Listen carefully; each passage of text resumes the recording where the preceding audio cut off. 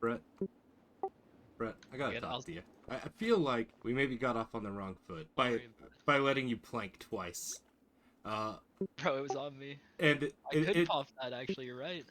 it's possibly gonna happen again because I'm going really DPS heavy this week. So I'm just gonna Good. start off by giving you some drinks You know to what? start For off. you, for you, Wavesy, I'll put on Silas Sylvanas. Take the edgy boost. Let's do this. That's what I love to hear, dude. Can we go again? This is Brett, the main tank for HU, a very fast horde guild in the Season of Discovery. And they've been clearing BFD in under 30 minutes for a while before I arrived. So how did looking for more 5 out of 7 Wavesy manage to get a slot? It's very simple. I convinced them that I wasn't some trash can balance druid and instead was a based resto druid.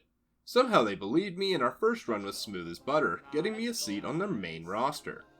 But I wasn't satisfied standing around watching everyone else pump numbers while I was staring at 10 green bars that rarely moved, so I respec, changed my runes, and became a real resto boomer. On our first run with me as a fake resto druid, we ended up with a time of 1909, and the group was so impressed with me that they promised me the epic staff when it drops. This is a hilarious bait and switch because the epic staff doesn't ever drop. But if I can't get the epic staff and I can't even win a pearl roll, then can I at least get a like on this video? Before Baron Aquinas, we let our warriors build rage off the last elemental, and after a few sips of delicious water as the raid runs in, the timer officially starts when we engage the boss. Baron is pretty simple, and if you get the debuff, you just jump into the water.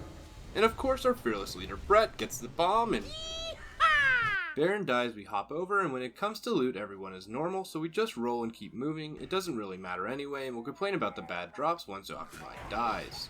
Gamu Ra is in a great position, at least for our current strat, and since we're not all engineers, this is what we're gonna go with. We quickly work together to grab up all the turtles, get them in a circle, and let Adia lay down that sweet, sweet, smooth jazz on them.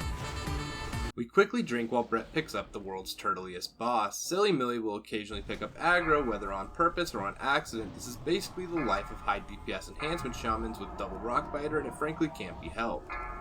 Finally, it's my turn to do something other than spam Star Surge, and ouch, okay, don't panic, heal, heal, heal, okay, everything's fine, it's cool, great. Now it's just a simple beatdown as we send this idiot back into his shell and hustle towards Lady Sarah Vess, which I'll be honest, I didn't know the mechanics for like the first 6 weeks because frankly she dies so quick it really doesn't matter. She's basically a gimme for all the noobs running this dungeon for the first time. We run up on the left side and not the right side because you have to kill a certain amount of trash mobs but not all of them, and we don't need those on the right side, so fuck them.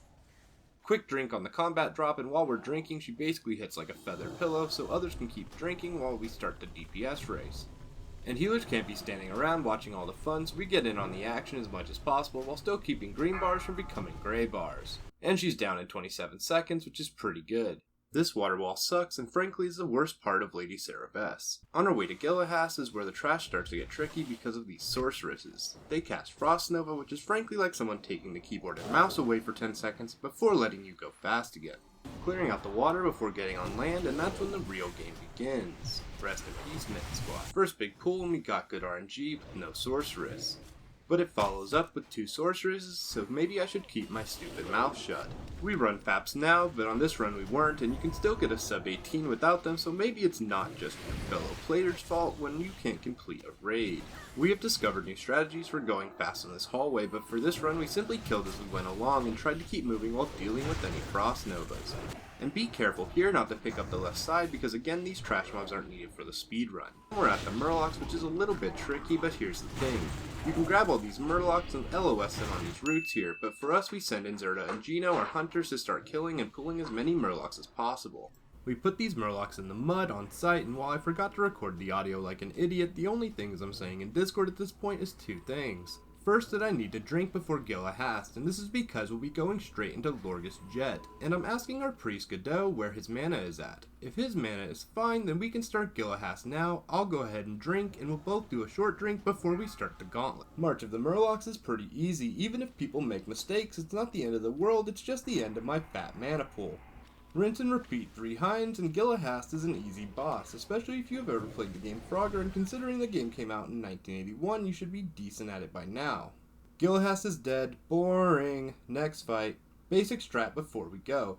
AoE the elite while bursting each of the 3 sorceresses, then AoE the Murlocs as well. So this fight is a problem because Lightning Shield is a pain in the ass when you're trying to go fast, and frankly, this is a group of pumpers who can pop themselves in just a few shots, so healers need to be on top of protecting the DPS from themselves. Lorgus comes down, we ignore every totem except for Lightning Shield, and that's only because you can't ignore it, and believe me, if we could, we would. When everyone is doing this fight at peak performance, it's basically as smooth as butter, and I personally hate Lorgus because this jerk never drops my relic. Bruh. From Lorgus we begin 3 big pulls before Kelris, and I would say these 3 pulls are critical for good runs, and if you have engineers it's even faster. Pull 1, we'll take everything from this ramp down all the way to the elbow here, gather them up, AoE them, and move on. Pull 2, grab the rest of the guys on the platform and LOS them on these pillars. Same idea, gather them up, AoE them, and we'll move on to the next area for our 3rd pull. These first 2 pools are not very scary, but the 3rd one can get a little sketchy, so we'll do a quick drink and then we'll start it. The reason that this last pull is so sketchy is because of mind control, and when there's a chaos of 30 mobs in a tight space, if you are the MC target, our Feral Druid, Rogue, or DPS Warrior might just pop you in a couple hits and you can kiss your world buffs goodbye. Oh no!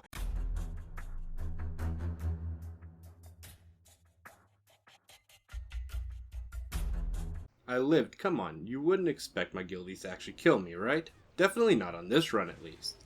We go straight into Kelris, drinking is for nerds who need blue bar, and we just need more seconds to stick in our back pocket for later. First to get sucked into the void is Brett and Aquafina, but what goes on down there I have no idea, but I imagined it's something like this. And yeah, I know they came back up before that clip was over, but these little shits are so fast that I didn't notice till I was way too far along in the editing process.